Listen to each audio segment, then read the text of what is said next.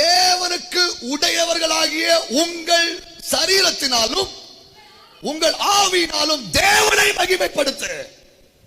பேலியாளை மகிமைப்படுத்தாதே, பிசாசை மகிமைப்படுத்தாதே.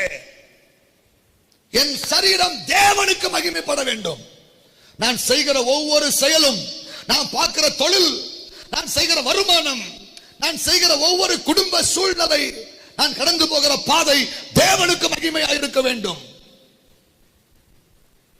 என் அம்மாவுக்கு பிடிக்கும், என் அப்பனுக்கு பிடிக்கும், என் மனைவிக்கு பிடிக்கும், என் புருஷனுக்கு பிடிக்கும். கர்த்தருக்கு பிடிக்குமா? நீங்கள் உடுத்துகிற உடை கர்த்தருக்கு பிடிக்குமா? நீங்க சாப்பிடுகிற சாப்பாடு கர்த்தருக்கு பிடிக்குமா? கர்த்தரை மகிமைப்படுத்த வசனம் சொல்லுகிறது. என் மேல கோவிச்சு எந்த பிரயோஜனம் இல்லை.